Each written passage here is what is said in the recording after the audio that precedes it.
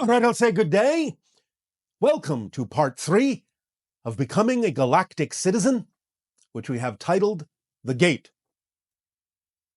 The idea is that we have taken you through part 1, the window, part 2, the door, and now in today's meditation, we will deliver the exercise that will allow you to open the gate and step out into the idea of a new reality, a new world, in which the probability of contact is ever increasing, ever raising, allowing your vibration to match it.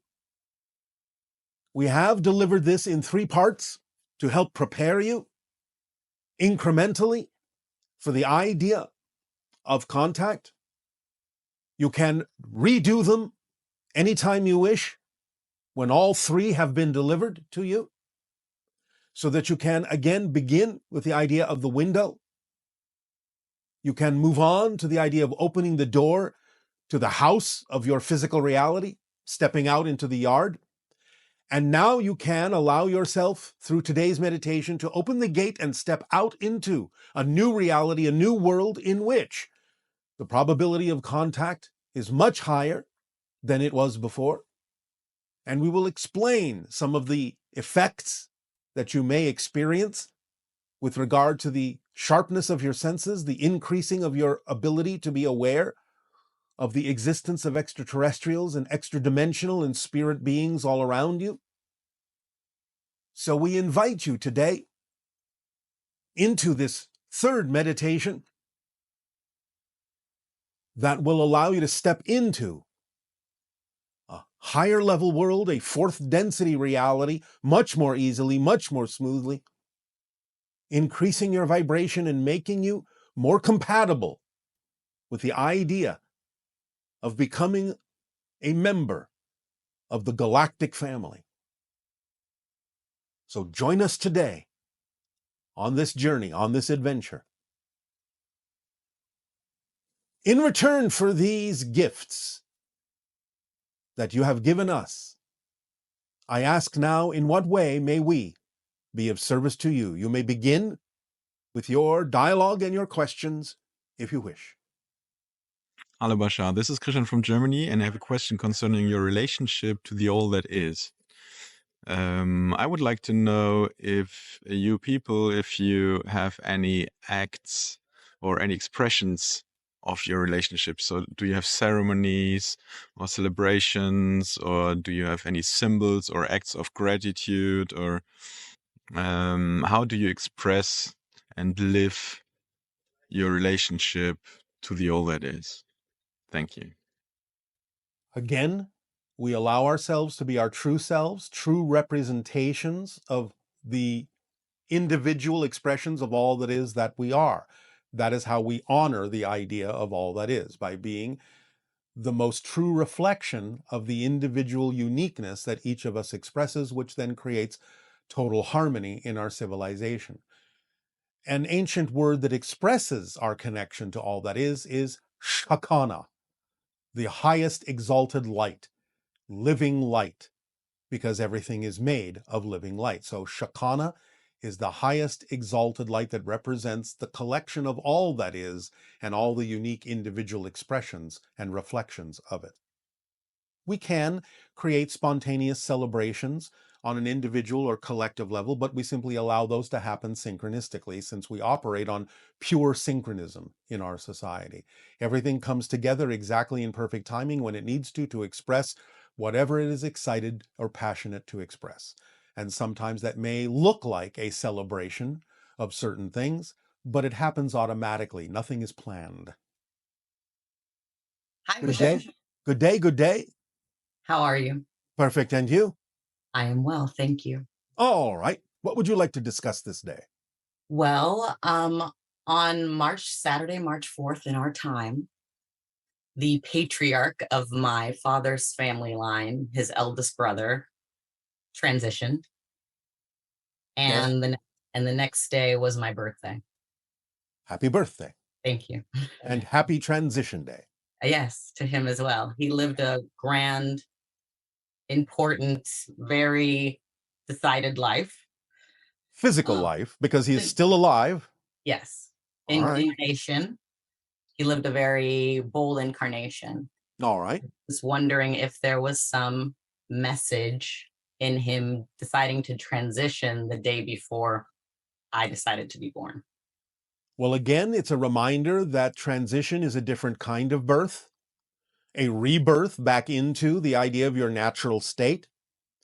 And anyone that transitions, especially so close to the idea of another date that represents the idea of the starting of a journey, reminds you that you can now uplift and raise your vibration, connect more strongly through him to spirit, reaching out to him, reconnecting in a different way now to start a different level, a new birthday for you, a new level of connection, a new level of understanding and experience in your physical life.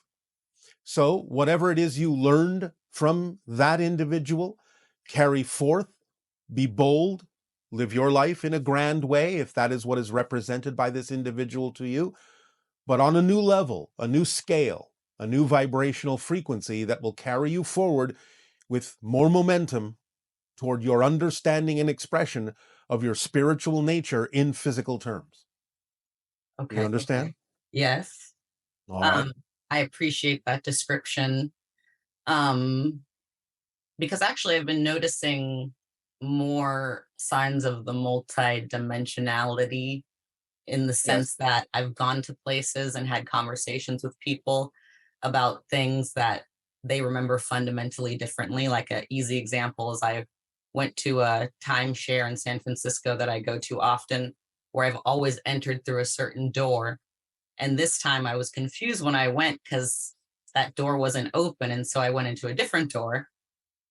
I'm realizing I'm saying doors now a lot. And as when I was speaking to the concierge, I told him I didn't recognize the place at first because I had always entered through the other door. And he made a funny joke alluding that I must have been on LSD because that other door was never open for that purpose. There you go. And of course, there is no accident in that this is called a time share. Haha. I never thought about that. Oh, now you can. Thank you. Speaking of time, Yes. I'm going to say this in my own language, but you once said that pi is the numerical representation of different dimensions and how they're constantly shifting. Yes. And so what is the fine structure constant? What's the numerical representation? What's that the numerical representation of? One moment.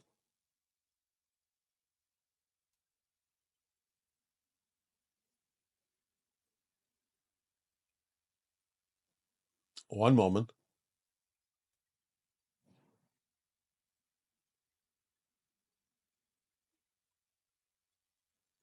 One moment.